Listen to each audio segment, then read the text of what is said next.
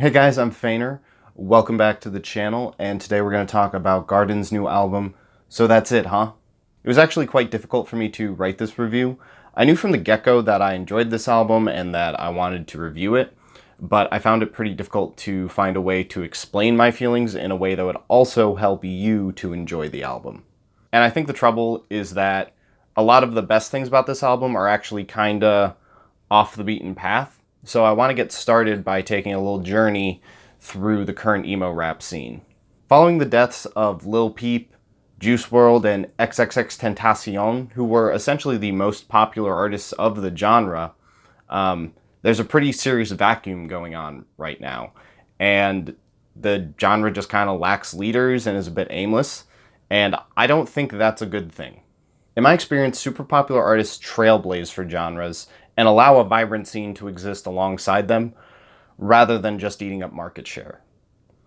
Genres tend to have a few key leaders who establish the genre, and their personas are just as important to the success of the genre as their music.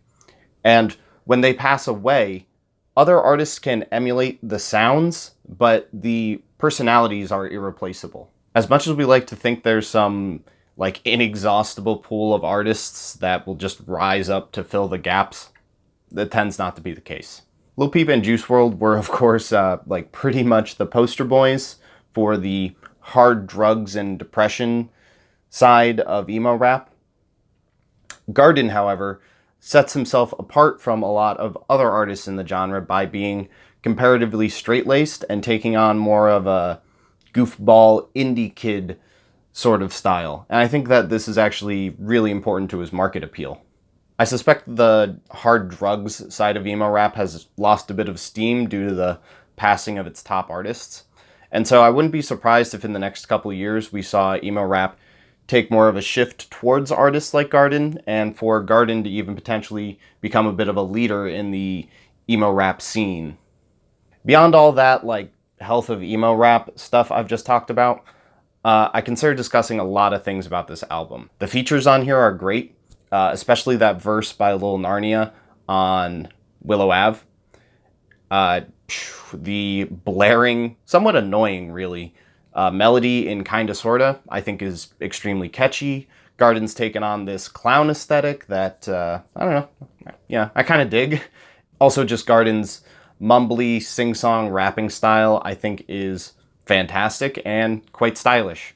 But ultimately, I think that stuff's kind of all in the weeds. It's great, and you should absolutely be looking for those things when you listen to this album. But also, I'm not sure that it will help you appreciate the album if it's kind of not jiving with you.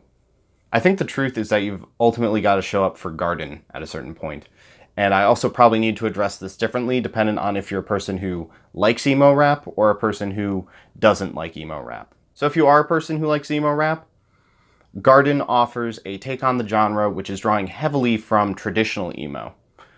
The best example is probably the Sauce remix of his song Creature, and that song is so twinkly that you could mistake it for something coming out of the Midwest emo scene right now.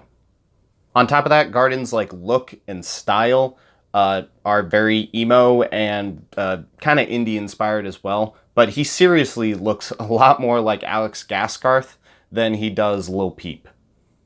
And lastly, the subject matter of his songs are about heartbreak and wanting to get out of your hometown and just kind of generally being bored, as opposed to, hard drugs or severe mental illness. It's not like guardin doesn't discuss mental illness or substance use, but he does so more in ah man, yeah, I've been going through that too, kind of tone, as opposed to Juice WRLD, where you listen to Juice WRLD's music and you're just like, holy shit, this guy is in deep.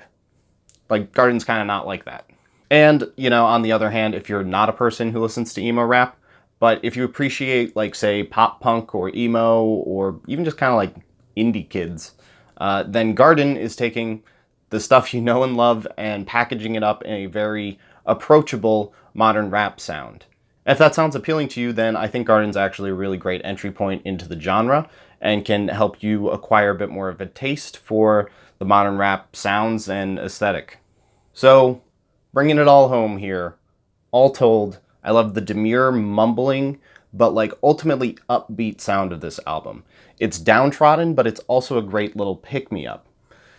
It feels a bit like when you show up to school and you're like clearly in a bad mood, and your best friend's there like acting like a clowny goofball to try and cheer you up. That's kind of the sound I take away from this album. And yeah, I mean, honestly, that's something I've been seeking out a lot lately. Like, I've just been, bored at home a lot, and I've been looking for music that acknowledges, like, hey, yeah, things aren't great, like, especially right now. But they're not, like, totally hopeless about it either. And that's really what this album's about. It's, like, the people who love this album are gonna love it because it's ultimately, like, hey, like, things aren't great. I'm having a rough time, too. But we're going to be all right. We're going to make it. And that's kind of the bottom line. Like, that's why it's a good album. So, that's it, huh?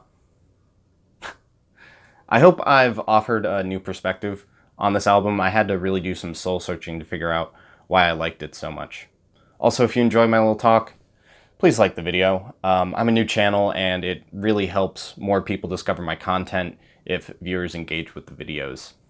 Also, I listen to a really wide range of stuff, so if you'd like to hear me talk about why all kinds of music is great, from like black metal to sad rap, be sure to subscribe and stick around. Thanks for watching.